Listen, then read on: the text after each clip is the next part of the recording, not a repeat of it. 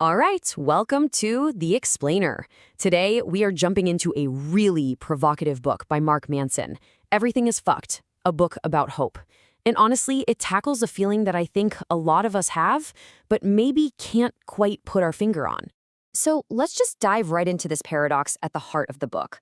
I mean, look around. Objectively, the world has never been safer, we've never been more prosperous, we're healthier than any generation before us.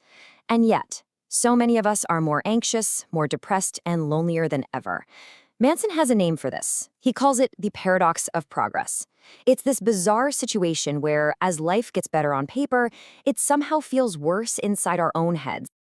So, yeah, that's the big question, right? What is going on? If everything is technically better than it's ever been, why do so many of us feel like things are falling apart? Okay, to get to the bottom of this, Manson says we have to do something kind of counterintuitive. We have to take a really hard look at hope. Yeah, hope. And we also need to understand a little bit about how our brains are, well, sabotaging us. And he gives us this great analogy to think about it. Picture your mind, your consciousness, as a car. Simple enough. But here's the catch. There are two brains inside, and they are both fighting for control of the steering wheel. So in the passenger seat, you've got your thinking brain. This is the logical part, the navigator. It's got the map, it's calculating the best route, it knows exactly where you should be going. But who's actually got their hands on the wheel? That's the feeling brain. This brain is all impulse, all emotion, all intuition. And here's the most important part. The feeling brain is always the one driving. The thinking brain is just a passenger yelling out directions. And once you get this, so many things start to make sense. You know that feeling when you know you should go to the gym, but you just don't? It's not because you're dumb or lack information. It's because your feeling brain just doesn't feel like it. It's in charge. So things like procrastination or what we call laziness, Manson argues they're not problems of discipline or reason. They are emotional problems, plain and simple. All right, so if this emotional feeling brain is driving the car, what's its destination? What does it want? Well, it craves meaning. It needs a why. And Manson says we construct that meaning for ourselves through our values. These values become these little personal religions that guide everything we do. And at the very top of that value pyramid, there's what he calls your God value. Think of it as your ultimate North Star.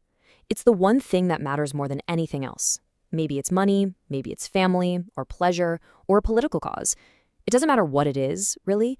Whatever you put at the top becomes the personal faith that organizes your entire world. Now, here's where it gets interesting. Manson breaks down how basically any ideology, whether it's politics, a social movement, heck, even something like CrossFit, can turn into its own little religion.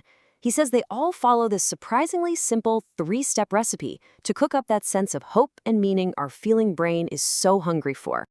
And the absolute most crucial ingredient in this recipe? You gotta create an us versus them. See, for hope to exist, Manson argues, something has to be screwed up. There has to be a problem to solve.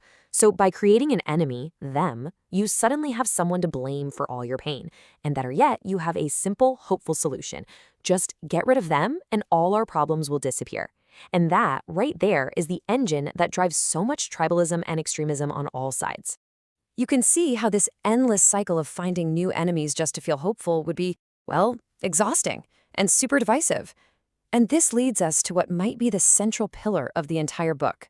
He calls it the uncomfortable truth, and it's this. Pain is the only true universal constant. Okay, but why? Why is pain a constant? It's because our brains are literally wired to go looking for it. Manson uses this incredible study to illustrate this. It's called the blue dot effect. In this experiment, they just ask people to do one simple thing. Look at a screen full of dots and point out the blue ones. So, in the beginning, easy peasy. Lots of blue dots. But then the researchers started showing them fewer and fewer blue dots. And this is where it gets wild.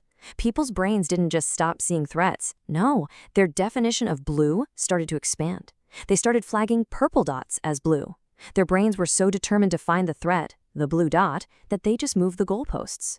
So even when the actual number of threats went way down, their perceived level of threat stayed exactly the same.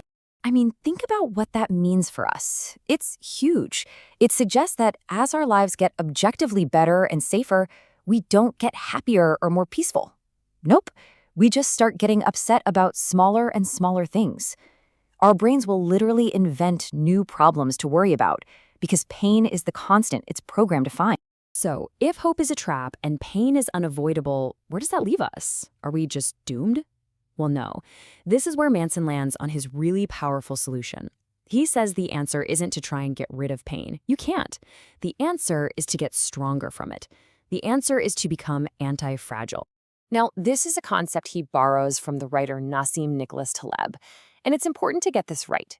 Anti-fragile isn't the same as being resilient or robust. It's something more. It's about actually gaining strength from stress, from chaos, from failure. Here's a simple way to think about it. Something fragile, like a wine glass, breaks when you stress it out. Something robust, like a big steel barrel, can take a beating and stay the same.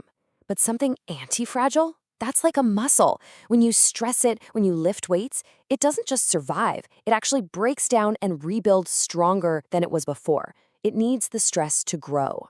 And honestly, this is the whole point. This is the big takeaway. Real maturity, real growth, it doesn't come from trying to build a life free from pain. That's a fantasy.